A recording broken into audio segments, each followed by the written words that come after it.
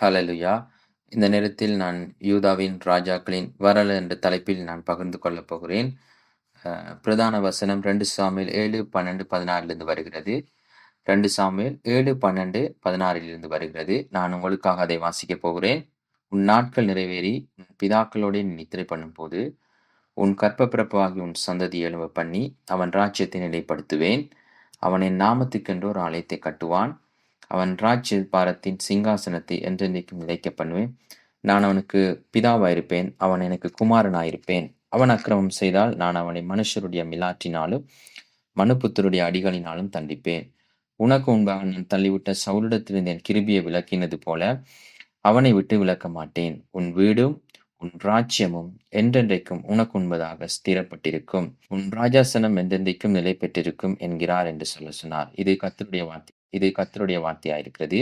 இந்த நேரத்தில் நாம் ஜூதாவின் ராஜாக்களின் வரலாறை பற்றியும் தேவன் ராஜாவான தாவீதுக்கு இன்றைய வசனத்தில் வாக்குறுதி அளித்தபடியே தேவனுடைய வார்த்தை எவ்வாறு கடத்தப்பட்டது என்பதை பற்றியும் சிந்திக்கப் போகிறோம். இந்த ஆய்வில் நாம் கருத்தில் கொள்ளப் போகும் 3 நோக்கங்கள் உள்ளன. முதலாவதாக ராஜாக்களின் பங்கை பற்றி நாம் சிந்திக்கப் போகிறோம். தேவன் மனிதனை ஏதேன் தோட்டத்தில் படைத்த போது தேவன் ஆதாமை எல்லா படைப்புகளுக்கும் பொறுப்பாளராக வைத்தார்.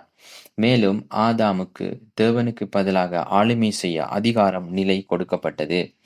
ஆனால் தேவனுடைய பிரசன்னம் எடுக்கப்படவில்லை.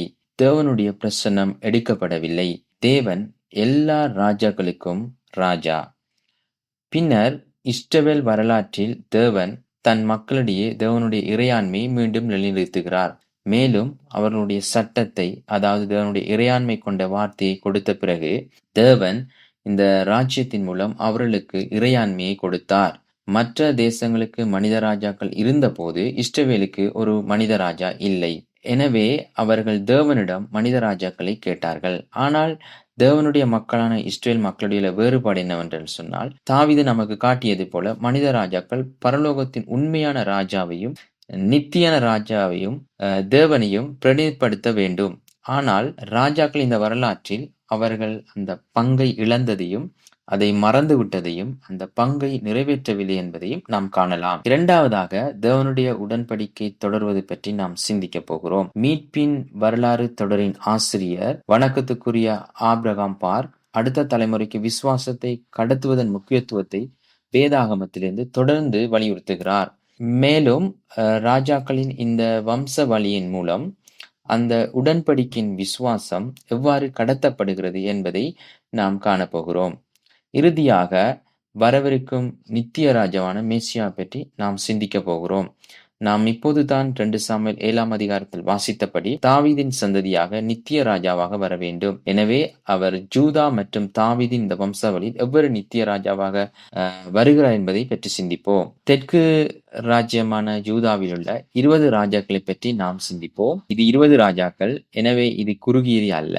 ஆனால் நான் அவர்களை பற்றி சுருக்கமாக பேசப் போகிறேன். அவர்களின் செயல்கள், அவர்களின் சாதனைகள் மற்றும் அவர்கள் நல்லவர்களா தீயவர்களா அல்லது அவர்கள் மிகவும் தீயவர்களா என்று தேவன் அளித்த மதிப்பீடு பற்றிய முக்கிய கருத்துக்களை பற்றி நான் பேசப் போகிறேன். சாலமோனுக்கு பிறகு யூதாவின் தெற்கு ராஜ்யத்தின் முதல் ராஜா ரெகோபயாம் ஆவான். நான் ஒவ்வொரு முறையும் அதை குறிப்பிட மாட்டேன். ஆனால் அந்த குணாதிசயத்துக்கு பொருந்தக்கூடிய வேதாகம வசனம் அடைப்புக்குறிக்குள் உள்ளது. 2 நாளாகமம் 10, 12 அதிகாரங்கள். பின்னர் அவர்களின் ஆட்சி ஆண்டுகள் கிறிஸ்துவுக்கு முன் 930 முதல் கிறிஸ்துவுக்கு முன் 913 வரை. சாலமோனுக்கு பிறகு யூதாவின் தெற்கு ராஜ்யத்தின் முதல் ராஜா ரெகோபயாம் ஆவான். நான் ஒவ்வொரு முறையும் அதை குறிப்பிட மாட்டேன். ஆனால் அந்த குணாதிசயத்துக்கு பொருந்தக்கூடிய வேதாகம வசனம் அடைப்புக்குறிக்குள் உள்ளது. 2 நாளாகமம் 10ஆம் அதிகாரம் 12ஆம் அதிகாரங்கள். பின்னர் அவர்களின் ஆட்சி ஆண்டுகள் கிறிஸ்துவுக்கு முன் 930 முதல் கிறிஸ்துவுக்கு முன் 913 வரை. 2 நாளாகமம் 11, 17 ரெகோபயா முதல் 3 ஆண்டுகளுக்கு பலமாக இருந்தான் என்றும் அவன் நன்றாக செய்தான் என்றும் சொல்லப்பட்டுள்ளது. ஆனால் அது 12ஆம் அதிகாரத்தின் முதல் வசனத்தில் அவன் சக்தி வாய்ந்தவரான போது தேவனுடைய வார்த்தையை விட்டுவிட்டதாக கூறுகிறது. இதுதான் ஒரு முறைமை என்பதை நீங்கள் காண்பீர்கள். மனித குலத்தின் பலவீனம். அவர்கள் தேவைப்படும் போது, அவர்களுக்கு போதுமான சக்தி இல்லாத போது அவர்கள் தேவனை தேடுகிறார்கள். தேவனை பற்றி நினைக்கிறார்கள், தேவனை சார்ந்திருக்கிறார்கள். ஆனால் அவர்கள் சக்தி வாய்ந்தவர்கள் ஆனவுடன் அவர்கள் தேவனை மறந்து விடுகிறார்கள், தேவனை விட்டு விடுகிறார்கள். எனவே அவன் சக்தி வாய்ந்தவன் ஆனபோது தேவனுடைய வார்த்தையை விட்டு விட்டான். 1 ராஜாக்கள் 14:22-22 நமக்கு சொல்லுகிறது, அவன் ஒவ்வொரு உயர்ந்த மலைகளிலும் ஒவ்வொரு பசுமையான மரத்தின் அடியிலும் மேடைகளையும் தூண்களையும் அசேராக்களையும் கட்டினான். அவன் தேவனுடைய வார்த்தையை மறந்தது மட்டுமல்லாமல் அவன் மற்ற நம்பிக்கையினையும் பின்பற்றத் தொடங்கினான். சாலமோன் பல நாடுகளிலிருந்து வெவ்வேறு கலாச்சாரங்களிலிருந்தும் மதங்களிலிருந்தும் பல மனைவிகளையும் மறுமனையாட்டிகளையும் திருமணம் செய்து கொண்டான் என்று அவர்கள் தங்கள் கடவுள்களையும் சிலைகளையும் கொண்டு வர அனுமதித்தான் என்பது உங்களுக்கும் எனக்கும் தெரியும். அந்த பிரஜாதி கடவுள்கள் தேவனுடைய தேசத்திலும் இஸ்ரவேல் மற்றும் ஜூதா தேசத்திலும் பரவலாக பரவின. தேசத்தில் ஆண் வழிபாட்டு பாலியல் தொழிலாளர்களும் இருந்தனர். இஸ்ரவேல் புத்திரருக்கு முன்பதாக கர்த்தர் துரத்திவிட்ட தேசங்களின் சகல அருவருப்புகளின் படியையும் அவர்கள் செய்தார்கள். அதனால் தேவன் எகிப்திய ராஜாவான ஷீஷாக் என்பவனை ஆலயத்திலிருந்தும் அரண்மனையிலிருந்தும் பொக்கிஷங்களை எடுத்து செல்ல அனுப்பினார். இது மற்றுமொரு முறைமை. அவர்கள் சக்தி வாய்ந்தவர்களாக ஆகியவுடன் அவர்கள் தேவனை விட்டுவிட்டார்கள். அவர்கள் மற்ற சிலைகளை கொண்டு வருகிறார்கள். அவர்கள் கோவில்களை கட்டி ஆராதிக்கிறார்கள். பின்னர் தேவன் அந்நிய தேசங்களையும் அந்நிய சக்திகளையும் பயன்படுத்தி அவர்களை தண்டிக்கிறார். பின்னர் அவர்கள் திரும்புகிறார்கள். சில நேரங்களில் அவர்கள் திரும்புவதில்லை. 2 நாளாகமம் 11:21 மற்றும் 12ஆம் அதிகாரம் நமக்கு சொல்லுகிறது, ரெகோபெயாமுக்கு 78 மனைவிகளும் மறுமனையாட்டுகளும் இருந்தனர். அவனுடைய தாய் ஒரு அம்மோனிய பெண். விக்கிர ஆராதனைக்கு அவளால் அவன் செல்வாக்கு பெற்றான். தேவனுடைய மதிப்பீடு அவன் தீய ராஜா. ரெகோபெயாமுக்கு பிறகு 2வது ராஜா அபியா. அவன் அபியாம் என்றும் அழைக்கப்படுகிறான்.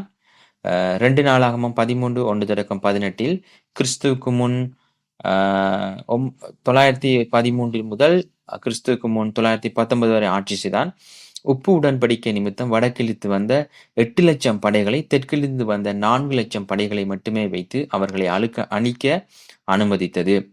ஆனால் அவன் ஒரு பெரிய வெற்றியை பெற்றான். 2 நாளாகமம் 13:21 நமக்கு சொல்லுகிறது, அவன் மிகவும் சக்தி வாய்ந்தவனானான். ஆனால் அவன் பெருமை கொண்டான். மேலும் அவன் தேசத்தை கவனித்துக் கொள்ளவில்லை. மாறாக அவன் 14 மனைவிகள் மூலம் 38 குழந்தைகளை பெற்றான். மேலும் அவன் தனது வாழ்நாளின் மீதியை மாம்ச இச்சைகளிலும் இன்பங்களிலும் வாழ்ந்தான். மீண்டும் விஷயங்கள் மிகவும் வசதியாக மாறியுடன் தேசத்தில் அவர்களுக்கு அதிகாரம் கிடைத்ததால் அவர்கள் தேவனை விட்டு விலகுவது மட்டுமல்லாமல் ராஜாவாக தங்கள் பங்கை மறந்து விடுகிறார்கள். அவர்கள் மக்களை கவனித்துக் கொள்வதில்லை. தேவனுடைய மதிப்பீடு, இவன் ஒரு தீயவன். தாவீது பின்னர் சாலமோன் மற்ற கடவுள்களை தேசத்துக்குள் வர அனுமதித்தான். அதற்கு பிறகு 2 தலைமுறைகளாக வம்சாவளியினர் தொடர்ந்து தீயவர்களாக இருக்கிறார்கள். அதனால் நமது வாழ்க்கையில் நாம் சிந்திக்கக்கூடிய ஒன்று, நாம் மற்ற நம்பிக்கைகளையும் மற்ற மதங்களையும் மற்ற கடவுள்களையும் நமது வாழ்க்கையில் அனுமதித்தால் நமது குழந்தைகளும் அதனால் பாதிக்கப்படலாம். 3வது தலைமுறை ஆசா அல்லது ஆசா என்று சொல்வார்கள். 2 நாளாகமம் 14:3 நமக்கு சொல்லுகிறது, அவன் பிரஜாதி கடவுளின் பலிபீடங்களையும் அசராக்களையும் அழித்தான்.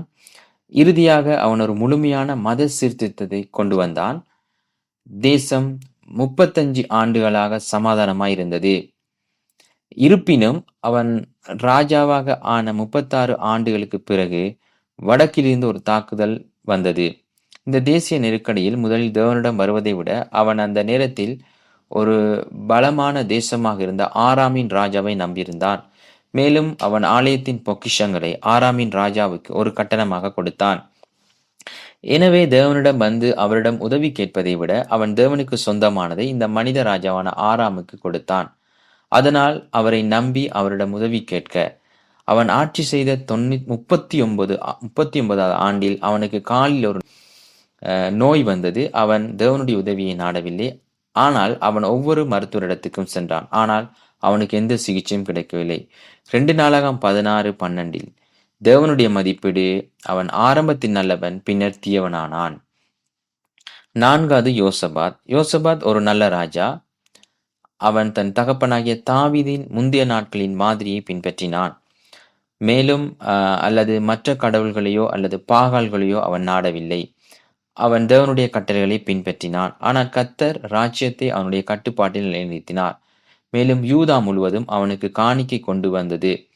மேலும் அவன் பெரிய ஐஸ்வர்யம் கனமும் பெற்றான். அவன் யூதாவிலிருந்து மேடைகளையும் அசராக்களையும் அகற்றினான். இருப்பினும் 2 நாளாகமம் 18:1 அவன் தன் மகனை வடக்கு ராஜாவான ஆகாபின் மகளுக்கு திருமணம் செய்து வைத்ததாக கூறுகிறது. அவளுக்கு பெயர் அத்தாலியா.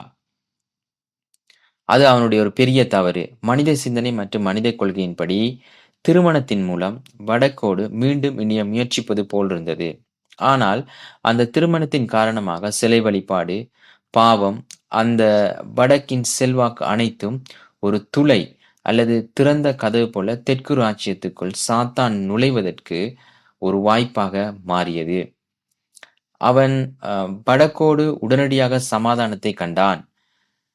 ஆகாப், யேசபெல் மற்றும் அத்தாலியன் குடும்பம் திருமணத்தின் மூலம் உடனடியாக வடக்கோடு சமாதானத்தையும் நல்லுறவையும் கண்டான். ஆனால் பாகால் வழிபாடு இஸ்ரவேல் மற்றும் யூதா முழுவதும் பரவியது. நான் இப்போது குறிப்பிட்டது போல அவனுடைய மரணத்துக்கு பிறகு கூட யூதா 80 ஆண்டுகளுக்கு மேலாக அதன் விளைவுகளை அனுபவிக்க வேண்டியதாக இருந்தது. ஆனாலும் தேவனுடைய மதிப்பீடு அவன் நல்லவன்.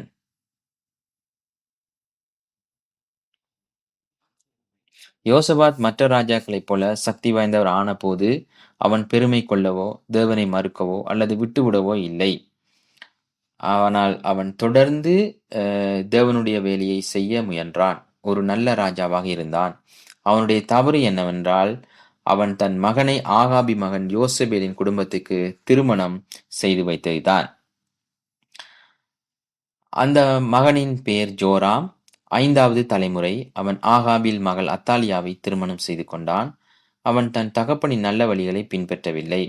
ஆனால் அத்தாலியா மற்றும் அவருடைய குடும்பத்தின் வழிகளை பின்பற்றினான். மனிதர்கள் நல்ல வழிகளை விட தீய வழிகளை பின்பற்றுவதற்கு அதிக வாய்ப்புள்ளது போல் தோன்றுகிறது. ஆனால் பாகால் வழிபாடு முழுவதும் பரவியது. தன் ராஜ அதிகாரத்தை பலப்படுத்த அவன் தன் சகோதரர்களை வாளால் கொன்றான்.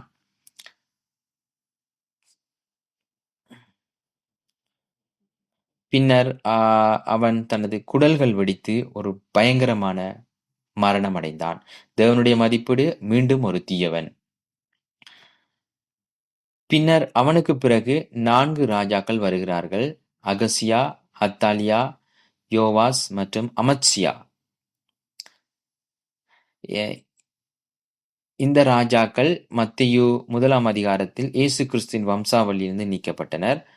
நாம் இயேசுவின் வம்சாவளியின் 2வது காலத்தை பற்றி பேசும்போது அவர்கள் நீக்கப்பட்டனர். ஏனென்றால் அவர்கள் அனைவரும் அத்தாலியாவுடன் ஒரு வழியில் தொடர்புபட்டவர்களாக இருந்தனர்.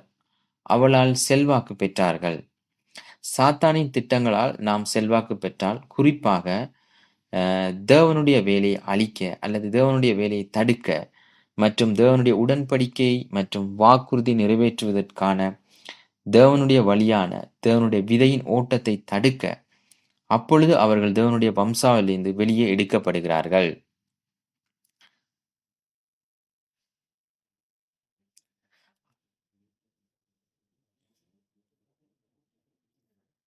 அத்தாலியா யூதா அரசின் வம்சாவளியிலிருந்து விதையை அகற்ற முயற்சித்தால், சாத்தான் அவளை பயன்படுத்தி நித்திய ராஜாவான மேசியா வருவார் என்று வாக்குறுதி அளிக்கப்பட்ட வம்சாவளியை துண்டிக்க முயற்சிக்கிறான்.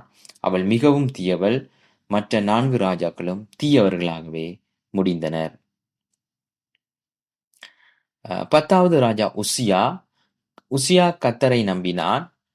தேசம் பலமாகவும் கோட்டையாகவும் ஆனது. இது என் சொந்த சிந்தனை. ஆனால் அத்தாலியா மற்றும் வடக்கின் செல்வாக்கு காரணமாக இந்த தலைமுறைகள் அனைத்தும் அழிந்ததை பார்த்த பிறகு அடுத்த ராஜா நல்லவராக இருக்க முயற்சி செய்ய விரும்புவான் என்று நான் நினைக்கிறேன். எனவே உசியா கர்த்தரை நம்பினான். தேசம் சக்தி வாய்ந்ததாக ஆனது. தேவனுடைய ஆசீர்வாதத்தினால் தேசம் செழிப்பானது. ஆனால் அவன் மீண்டும் அகம்பாவம் கொண்டான். அதுவே நாம் மனிதர்களின் பலவீனம். அவன் சக்தி வாய்ந்தவராக ஆனவுடன் அவன் அகம்பாவம் கொண்டான். மேலும் அவன் ஆசாரிய கடமையை மீறி கோட்டைக்கு சென்றான். அவன் ராஜா மட்டுமல்ல, ஆசாரிய கடமையை செய்ய முடியும் என்று அவன் நினைத்தான். தேவனுடைய சட்டத்தின்படி ராஜா ஆசாரிய கடமையை நிறைவேற்ற முடியாது. எனவே தேவன் அவனுக்கு குஷ்டரோகம் கொடுத்தார். அவன் மரணம் வரை தனி வீட்டில் தனது வாழ்நாளின் மீதியை அனுபவிக்க வேண்டியதாயிருந்தது. அவனுடைய பெருமை அவனுடைய ஆட்சி நிலையை அளித்தது. மேலும் அவன் எந்த நன்மையும் செய்ய முடியவில்லை. அவன் நல்ல விசுவாசத்தை அடுத்த தலைமுறைக்கு கடத்த முடியவில்லை. தேவனுடைய மதிப்பீடு நல்லவன் முதலில், பின்பு அவன் தீயவனானான். 11வது யோதாம். ஜோதாம் கர்த்தரின் பார்வையில் நேர்மையாக செய்தான். அதனால் அவன் மிகவும் சக்தி வாய்ந்தவனாக ஆனான். ராஜா விசுவாசத்தால் வாழ முயற்சித்தாலும் அவனுடைய மக்கள் தீயவர்களாக வாழ்ந்தனர். யோதாம் மக்களிடம் சரியான வழிகளை பின்பற்ற சொல்லும் அளவுக்கு வரையறுக்கப்பட்ட தலைமைத்துவத்தை கொண்டிருந்தான். அவன் மக்களை நல்லவர்களாக மாற்ற முடியவில்லை என்றாலும் அவன் இன்னும் நல்லவன் என்று தேவனுடைய மதிப்பீடு இருந்தது.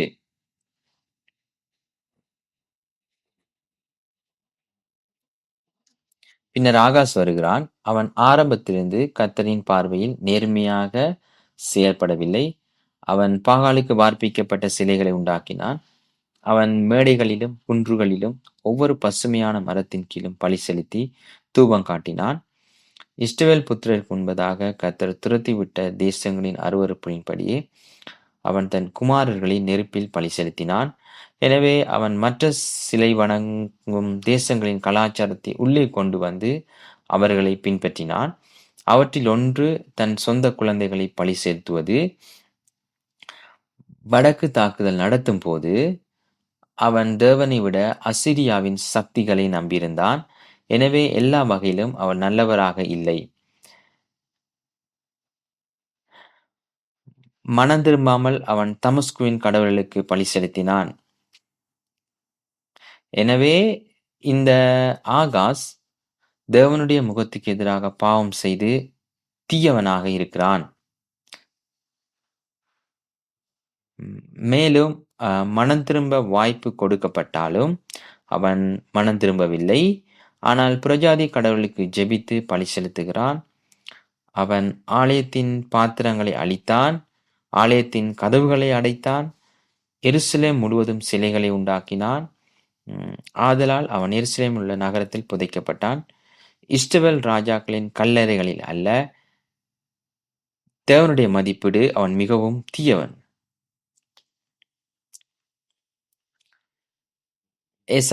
எசேக்கியா கர்த்தரின் பார்வையில் தன் தகப்பனான தாவீது செய்தது போல எல்லா விஷயங்களிலும் நேர்மையாக செய்தான்.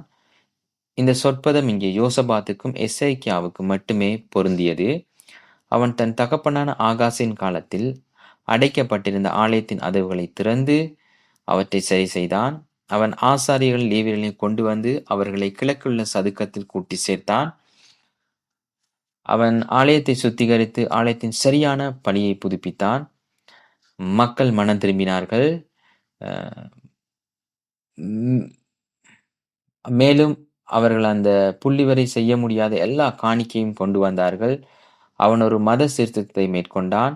பாஸ்காவை புதுப்பித்தான். மக்கள் மகிழ்ச்சியுடன் துதித்து பாடினார்.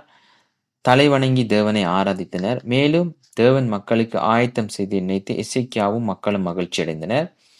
அசிரியாவின் சனகரிப் ஜூதாவின் மீது படையெடுத்து ஜூதாவை சூழ்ந்து கொண்ட போது எசேக்கியா தீர்க்கதரிசியான ஏசாயாவுடன் செபித்தான் என்பதை நினைவில் கொள்ளுங்கள். தேவன் ஒரே இரவில் 1,80,000 பேரை அழித்தார் என்பது நமக்கு தெரியும். எசேக்கியா தனது தவறு மற்றும் பெருமை காரணமாக மரணமடையும் அளவுக்கு நோய்வாய்ப்பட்டான். ஆனால் மனம் திரும்புதல் மூலம் அவனுக்கு 50 ஆண்டுகள் நீடிப்பு கிடைத்தது. அவன் தாவீதுக்கு பிறகு ஜூதாவில் மிகுந்த சிறந்த ராஜாவாக அறியப்பட்டான். அவன் விசுவாசத்தையும் உடன்படிக்கையும் நீதியான செயல்களையும் தன் மகனான மனாசேக்கு கடத்த முடியவில்லை. எனவே எசேக்கியாவின் தேவனுடைய மதிப்பீடு நல்லது. ஆனால் அவனுடைய மகன் மனாசே தன் தகப்பன் தகர்த்த மேடைகளை மீண்டும் கட்டினான். இந்த மேடைகள் மீண்டும் தகர்த்தப்படுவதையும் மீண்டும் கட்டப்படுவதையும் மீண்டும் தகர்க்கப்படுவதையும் நீங்கள் காண்கிறீர்களா? தேவனுடைய ஆலயம் அசுத்தப்படுத்தப்பட்டு பின்னர் சுத்திகரிக்கப்பட்டு அசுத்தப்பட்டு பின்னர் சுத்திகரிக்கப்பட்டது. அவன் சிலைகளுக்காக பலிபீடங்களை அமைத்தான். கர்த்தருடைய வீட்டின் 2 முற்றங்களிலும் வானத்தின் சிலைகளுக்காக பலிபீடங்களை அமைத்தான். அவன் தன் குமாரர்களை பள்ளத்தாக்கின் நெருப்பின் வழியே கடக்க செய்தான். எனவே அவன் தன் தகப்பனாகிய எசேக்கியாவின் அடிச்சுவடுகளை பின்பற்றவில்லை. ஆனால் அவன் தன் தாத்தாவின் அடிச்சுவடுகளை பின்பற்றுகிறான். அவன் தன் குமாரர்களை பென் இன்னேம் பள்ளத்தாக்கின் நெருப்பின் வழியே கடக்க செய்தான். மேலும் அவன் சூனியம் செய்து குறிபார்த்து மந்திரங்களை செய்தான். மேலும் ஆவியுடனான தொடர்புகளுடன் பழக்கத்தை கொண்டிருந்தான். அவன் கர்த்தரின் பார்வையில் மிகுந்த தீமை செய்து அவரை கோபப்படுத்தினான். அவன் தன் நாமத்தை என்றென்றைக்கும் வைப்பார் என்று கூறின தேவனுடைய வீட்டிலும் அவன் தான் செய்த சிலைகளின் செதுக்கப்பட்ட உருவத்தை வைத்தான். அவன் மறைவாக இல்லாமல் ஆலயத்தை தீட்டுப்படுத்துவதன் மூலம் பாவம் செய்து அவன் தேவனுக்கு எதிராக நின்றான். ஆனால் அவன் அசரியாவுக்கு அடிமையாக அழைத்து செல்லப்பட்டது பிறகு வெண்கல சங்கிலிகளால் கட்டப்பட்டு கொக்கிகளால் துன்புறுத்தப்பட்டான். அங்கே அவன் கர்த்தரிடம் மன்றாடி தன்னை மிகவும் தாழ்த்தி கொண்டான். நீங்கள் தேவனாக இருந்திருந்தால் அவன் தேவனுடைய முகத்துக்கு எதிராக தேவனுடைய ஆலயத்தில் செய்த அனைத்தையும் எல்லா தூஷணங்களையும் செய்த பிறகு நீங்கள் அவனை மன்னிப்பீர்களா? அவனை மன்னிப்பது கடினம் என்று நான் நினைக்கிறேன். அவன் மிகவும் தீயவனாக இருந்தாலும் தேவன் அவனுடைய மன்றாட்டினால் மனதுருகினார். அவனுடைய விண்ணப்பத்தை கேட்டு அவனை மீண்டும் எருசலேமுக்கு கொண்டு வந்தார். இந்த வம்சாவளியின் கதை நாம் தேவனிடம் திரும்பும் வரை உங்களுக்கும் எனக்கும் கூட ஒரு நம்பிக்கை உள்ளது என்பதை காட்டுகிறது. நாம் என்ன வகையான பாவங்களை செய்திருந்தாலும் நாம் அவரிடம் திரும்பும் வரை தேவன் நம்மை மன்னிக்கிறார். பின்னர் மனாசே கர்த்தரே தேவன் என்பதை அறிந்தான். தேவனுடைய மதிப்பீடு அவன் மிகவும் தீயவன். ஆனால் அவன் தனது வாழ்க்கையின் முடிவில் அவனது மனம் திரும்புதலை நினைவில் வைத்திருந்தான். தேவன் மனாசேயின் மனம் திரும்புதலை நினைவு கூர்ந்தார்.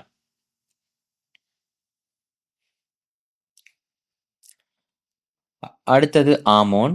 அவன் தன் தகப்பனின் தீய வழிகளை பின்பற்றினான். அவன் தனது சொந்த ஊழியர்களால் கொல்லப்பட்டான். மீண்டும் அவருடைய மதிப்பீடு இவனும் தீயவன். யோசியா. அவன் இளம் வயதிலிருந்தே தாவீதின் வழியை பின்பற்றினான் மற்றும் அவன் சீர்திருத்தம் செய்த மற்றொரு ராஜா ஆவான். அவன் வலதுபுறமோ இடதுபுறமோ விலகவில்லை. அவன் ஆலயத்தை சுத்திகரித்துக் கொண்டிருந்த போது நியாயப்பிரமாண புத்தகத்தை கண்டான். இது மிகவும் முக்கியமானது.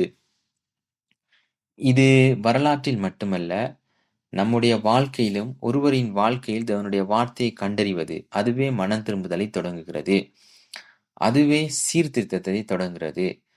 அது அந்த தலைமுறை மட்டுமல்ல, அது அடுத்த தலைமுறையும் தாக்கம் செலுத்தும். தேவனுடைய வார்த்தையை கண்டறிவது மீண்டும் கண்டறிவது பல ஆத்துமாக்களையும் பல உயிர்களையும் காப்பாற்றும். எனவே இந்த பிரகடனப்படுத்தப்பட்ட மாநாடுகள் மூலம் நாம் மீண்டும் தேவனுடைய வார்த்தையை கண்டறிய முடியும் என்று நான் உண்மையிலேயே ஜெபிக்கிறேன். நம்முடைய வாழ்க்கையிலும் நம்முடைய சபையிலும் நம்முடைய சபையின் உறுப்பினர்களும் நம்முடைய தேவாலயங்களிலும் தங்கள் வாழ்க்கையிலும் தேவனுடைய உண்மையான வார்த்தையை பெறவும் கண்டறியவும் முடியும். அதன் விளைவாக அவன் ஒரு பெரிய சீர்திருத்தத்தை மேற்கொண்டான். நிச்சயமாக தேவனுடைய மதிப்பீடு இவன் நல்லவன்.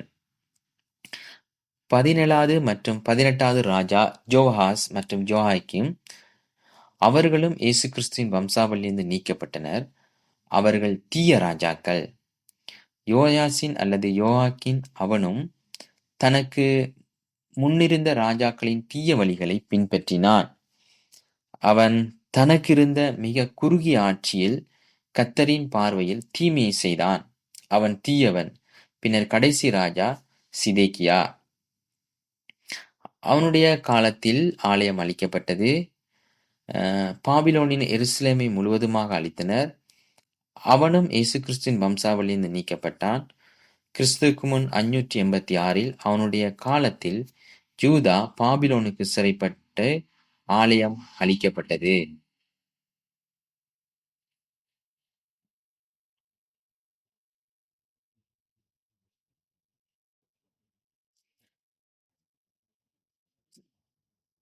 தெற்கு ராஜ்யமான யூதாவிலுள்ள ராஜாக்களின் செயல் மதிப்பீட்டை நாம் விரைவாக பார்த்த பிறகு நாம் கேட்க வேண்டிய கேள்வி இதுதான்.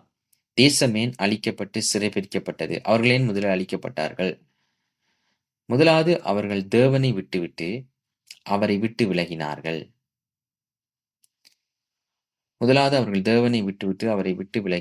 எதனால் அவர்கள் தேவனை விட்டு விலகினார்கள்? அதிகாரம், பணம், பெண்கள், சிலைகள், இந்த உலகின் இன்பங்கள், இந்த உலகின் மகிமைகள். 2வதாக தேவனுடைய ராஜ்யத்தில் ராஜாக்களாக அவர்கள் தேவனுடைய கட்டளைகளையும் உடன்படிக்கைகளையும் புறக்கணித்தனர். நான் அறிமுகத்தில் குறிப்பிட்டது போல அவர்கள் செய்ய வேண்டியது தேவனுடைய ஆட்சியின் எல்லைகளை விரிவுபடுத்துவது, மக்களை தேவனுடைய ஆட்சியின் குடையின் கீழ், அவருடைய ஆசீர்வாதங்களின் கீழ் கொண்டு வருவது, மேலும் அவர்களுக்கு உண்மையான சமாதானத்தையும் ஓய்வையும் அனுபவிக்க அனுமதிப்பது. அதுவே ராஜாக்களின் பங்காயிருந்தது. மற்றும் தாவீது செய்தது போல தேவனுடைய உதவியை நாடி ஒவ்வொரு விஷயத்திலும், ராஜ்யத்தை ஆளும் ஒவ்வொரு அம்சத்திலும் தேவனுடைய முடிவை நாடுவது ஆகும்.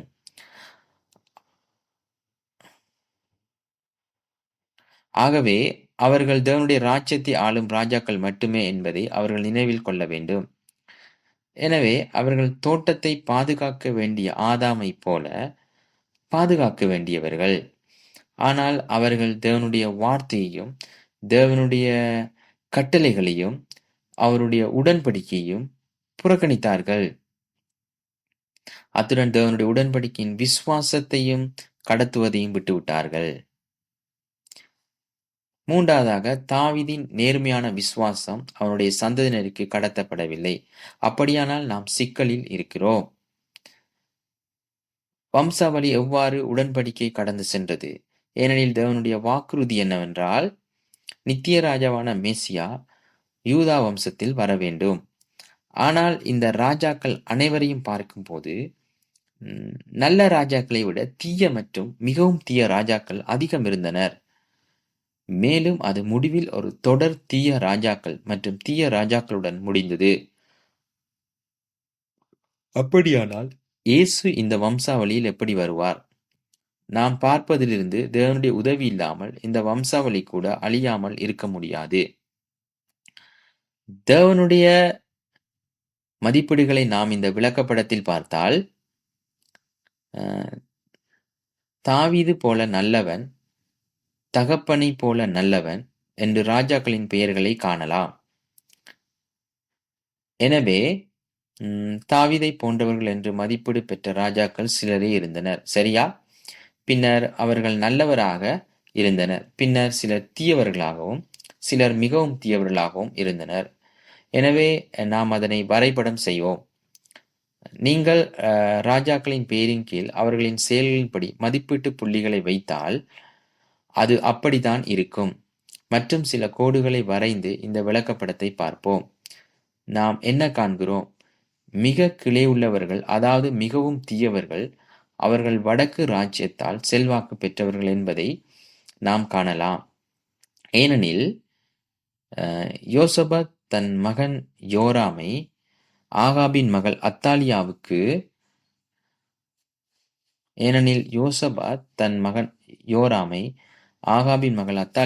திருமணம் செய்து வைத்தான்.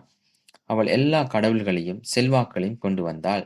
ஆகாப், ஜோசபேல் மற்றும் அத்தாலியா ஆகியோர் அவைகளை உள்ளே கொண்டு வந்தனர். மற்றும் அவருடைய தொடர்புடைய இந்த தலைமுறை, இந்த தசாப்தம், அவர்கள் அனைவரும் தீயவர்கள் அல்லது மிகவும் தீயவர்களாக இருந்தனர்.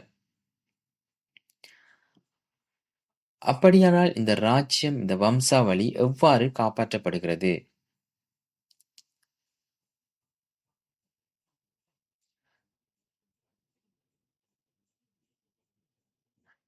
2 சாமுவேல் 7:12-16 நாம் பார்த்தபடி, தேவன் இந்த யூதா வம்சாவளிக்கு கொடுத்த உடன்படிக்கையின் விளக்கு என்று அழைக்கப்படுகிறது.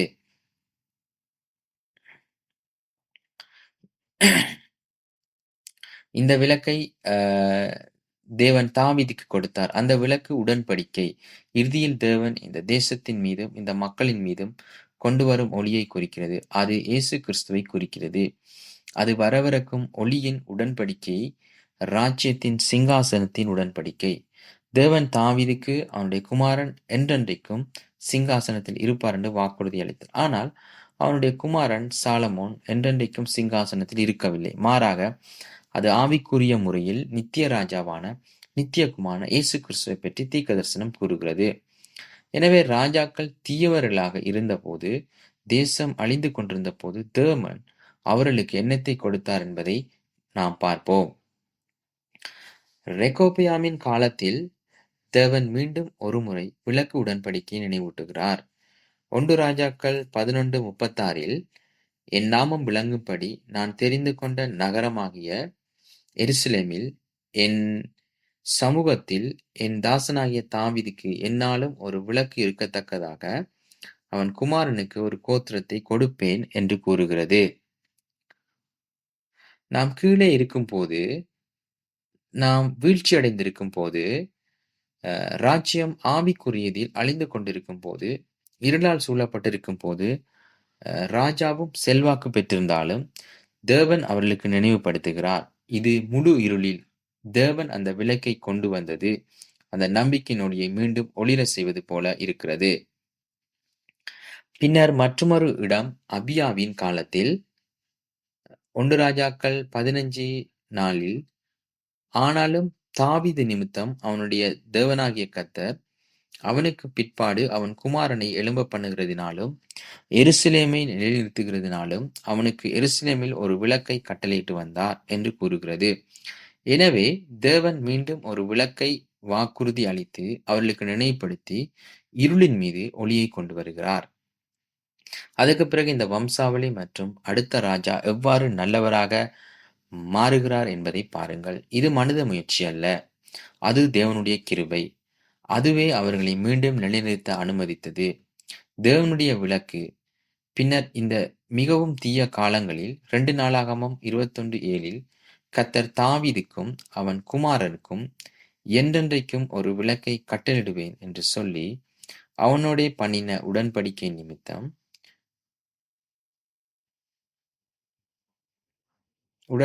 நிமித்தம் தாவீதின் வம்சத்தை அழிக்க சித்தமில்லாதிருந்தார் என்று கூறுகிறது.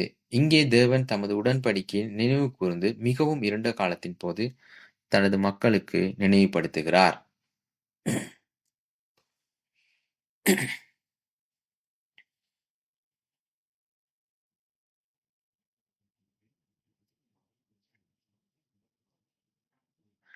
பின்னர் ஆகாசின் நினைவில் கொள்ளுங்கள், அவன் தேவனுடைய ஆலயத்தின் பாத்திரங்களை எடுத்து அழித்து தேவனுடைய ஆலயத்தின் சிலைகளையும் மேடைகளையும் நிறுவியவர். அந்த நேரத்தில் தேவன் ஒரு சிறப்பு நினைவு கூட்டலையும் வாக்குறுதியையும் கொடுக்கிறார். இதுவே இம்மானுவேல் என்ற வாக்குறுதி.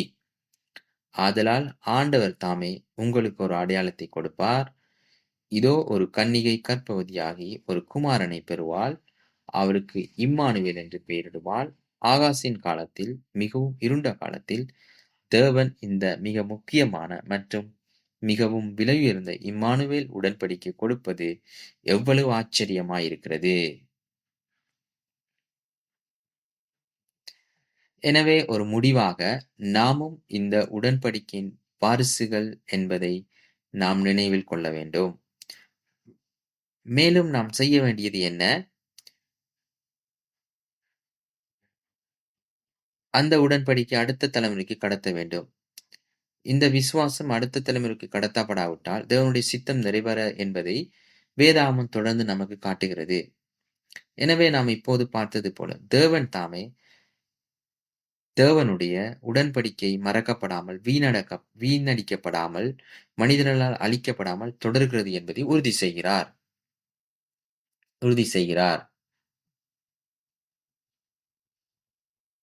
எனவே எந்த செயல்களால் நீங்கள் தேவனால் மதிப்பீடு செய்யப்பட விரும்புகிறீர்கள்?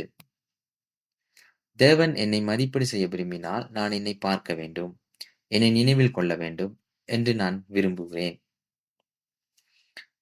நான் நமது விசுவாச வாழ்க்கையை வழிநடத்தும் போது அதை நினைவில் கொள்வோம். மேலும் இந்த உடன்படிக்கை வெற்றிகரமாக கடத்த முடியும். ஏனெனில் லூக்கா 23, 27, 28 இயேசு சிலுவை சுமக்கும் போது திரளான கூட்டமான ஜனங்களும் அவருக்காக புலம்பி அழுகிற ஸ்திரீகளும் அவருக்கு பின் சென்றார்கள்.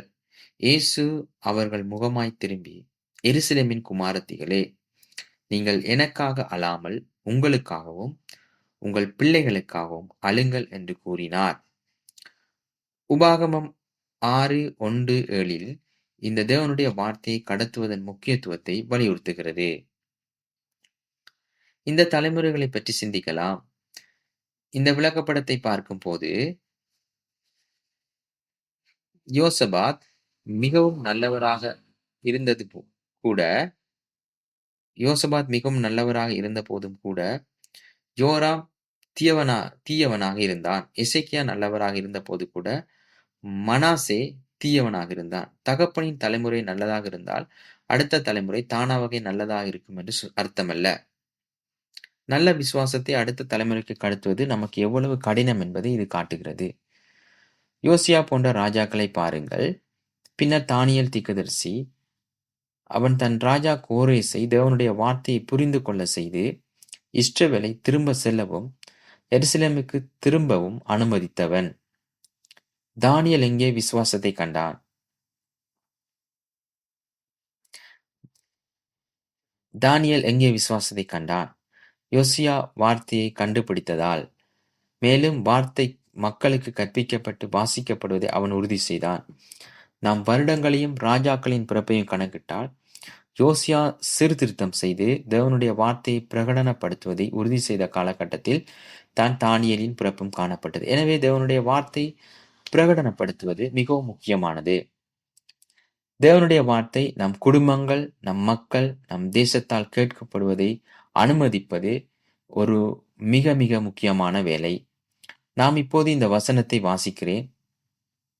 நீ உன் தேவனாகிய கர்த்தருக்கு பயந்து உயிரோடு இருக்கும் நாளெல்லாம் நீயும் உன் குமாரனும் உன் குமாரத்தையும் நான் உனக்கு விதிக்கிற அவருடைய எல்லா கற்பனைகளையும் கட்டளைகளையும் கைக்கொள்வதனாலே உன் வாழ்நாட்கள் நீடித்திருக்கும்படி நீ சுதந்தரிக்கப் போகிற தேசத்திலே கைக்கொள்வதற்காக உங்களுக்கு போதிக்க வேண்டும் என்று உங்கள் தேவனாகிய கர்த்தர் கற்பித்த கற்பனைகளையும் கட்டளைகளையும் நியாயங்களும் இவைகளே. இஷ்டவேளை நீ நன்றாயிருப்பதற்கும் உன் பிதாக்களின் தேவனாகிய கர்த்தர் உனக்கு சொன்னபடி பாலும் தேனும் ஓடுகிற தேசத்தில் நீ மிகவும் விருத்தி அடைவதற்கும் அவைகளுக்கு செவி கொடுத்து அவைகளின்படி செய்ய சவதானமாயிரு. இஷ்டவேளை கேள், நம்முடைய தேவனாகிய கர்த்தர் ஒருவரே கர்த்தர். நீ உன் தேவனாகிய கர்த்தரிடத்தில் உன் முழு இதயத்தோடும் உன் முழு ஆத்துமாவோடும் உன் முழு பலத்தோடும் அன்பு கூறுவாயாக. இன்று நான் உனக்கு கட்டளிடுகிற இந்த வார்த்தைகள் உன் இருதயத்தில் இருக்க கடவது. நீ அவைகளை உன் பிள்ளைகளுக்கு கருத்தாய் போதித்து நீ வீட்டில் உட்கார்ந்திருக்கும் போதும் வழியில் நடக்கும் போதும் படுத்துக்கொள்ளும் போதும் எழுந்திருக்கும் போதும் அவளை குறித்து பேசி. அதுவே தேவன் நமக்கு கொடுத்த கட்டளை, சட்டம் மற்றும் நியாய தீர்ப்பு. நாம் அதை நமது வாழ்க்கையில் சரி செய்ய வேண்டும் என்று தேவன் நமக்கு சொல்லுகிறார். ஆதலால் நமது அடுத்த தலைமுறை, நமது குழந்தைகள் கட்டாயத்தால் அல்ல, ஆனால் பார்ப்பதனால் உதாரணமாக கற்றுக்கொள்ள முடியும். இன்னும் 2 வசனங்கள். நீதிமொழிகள் 22:6. பிள்ளையானவனை நடக்க வேண்டிய வழியிலே அவனை நடத்து, அவன் முதிர் வயதிலும் அதை விடாதிருப்பான். எனவே முடிந்தால் நம் குழந்தைகளுக்கு தேவனுடைய வார்த்தை இளம் வயதிலிருந்தே கற்பிக்க வேண்டும். 2 தீமோத்தேயு 3:15 கிறிஸ்து இயேசுவை பெற்ற விசுவாசத்தினாலே உன்னை இரட்சிப்புக்கேற்ற ஞானமுள்ளவனாக்கத்தக்க பரிசுத்த எழுத்துக்களை நீ சிறு வயது முதல் அறிந்தவன் என்று உனக்கு தெரியும். இந்த வார்த்தை நம்முடன் நிலைத்திருக்கட்டும். இதை பற்றி நாம் கற்றுக்கொள்கிறோம். ஆனால் இயேசு நமக்கு அரச ஆசாரியர்களாக இருந்த அதே பணியை கொடுக்கிறார். ஆனால் இயேசு நமக்கு அரச ஆசாரியர்களாக நம்மை ஆக்குவதாக வாக்குறுதி அளித்துள்ளார். அவர் நமக்கு ராஜாக்களுக்கு இருந்த அதே பணியை கொடுக்கிறார். நாம் இந்த பூமியில் தேவனுடைய ஆட்சியை கொண்டு வர வேண்டும். நாம் தேவனுடைய ராஜ்யத்தை நம்முடைய வாழ்க்கையிலும் இந்த உலகில் நம்முடைய ராஜ்யத்தை கொண்டு வர உதவ வேண்டும். எனவே இங்கே பிரதிநிதித்துவப்படும் சபைகள், எல்லா போதகர்களும், சபைகளின் எல்லா தலைவர்களும் அதிகாரத்தை நாம் துஷ்பிரயோகம் செய்ய அல்ல, மாறாக தேவனுடைய வார்த்தையை நம்மிடமிருந்து அடுத்த தலைமுறைக்கு கடத்தப்பட வேண்டும் என்பதற்காக நமக்கு அந்த வார்த்தையின் அதிகாரம் கொடுக்கப்பட்டிருக்கலாம். அது நம்மிடமிருந்து நம் தலைமுறைக்கும் வெவ்வேறு இடங்களுக்கும் பிரகடனப்படுத்த வேண்டும். ஆதலால் தேவனுடைய ஆட்சி, தேவனுடைய ராஜ்யம் நம் மீது வரலாம். நாம் ஜெபிப்போம். அன்பான பிதாவே, இந்த வார்த்தைக்காக நாங்கள் உமக்கு நன்றி கூறுகிறோம். ராஜாக்கள் மூலம், ராஜாக்களின் தவறுகள் மற்றும் தீமைகள் மூலம் எங்களுக்கு கற்பித்ததுக்காக நாங்கள் உமக்கு நன்றி கூறுகிறோம். அத்தகைய தீமை நாங்கள் எங்களிடமும் காண்கிறோம். ஆனால் பிதாவே, உமக்கு திரும்ப எங்களுக்கு உதவும். உம்முடைய சமூகத்தில் எங்களை தாழ்த்துகிறோம். மனம் திரும்பவும் எங்களுக்கு உதவும். மேலும் பிதாவே, இந்த உள்ள அனைவரையும் ஆசீர்வதியும். நாங்கள் உம்முடைய பிள்ளைகளாக ஆக இந்த உடன்படிக்கை நித்திய ஜீவனின் நித்திய உடன்படிக்கை மற்றும் நித்திய வார்த்தையை எங்கள் அடுத்த தலைமுறைக்கு கடத்த, இந்த வார்த்தையை நாங்கள் எல்லா மக்களுக்கும் பிரகடனப்படுத்த, நீர் எல்லா தேசங்களுக்கும் நித்திய ராஜாவாக எங்களை ஆசீர்வதியும். உமது கிருபைக்காக நாங்கள் உமக்கு மிகவும் நன்றி கூறுகிறோம். இயேசுவின் நாமத்தில் ஜெபிக்கிறோம். ஆமென். நாம் தேவனுக்கு நன்றி செலுத்துவோம்.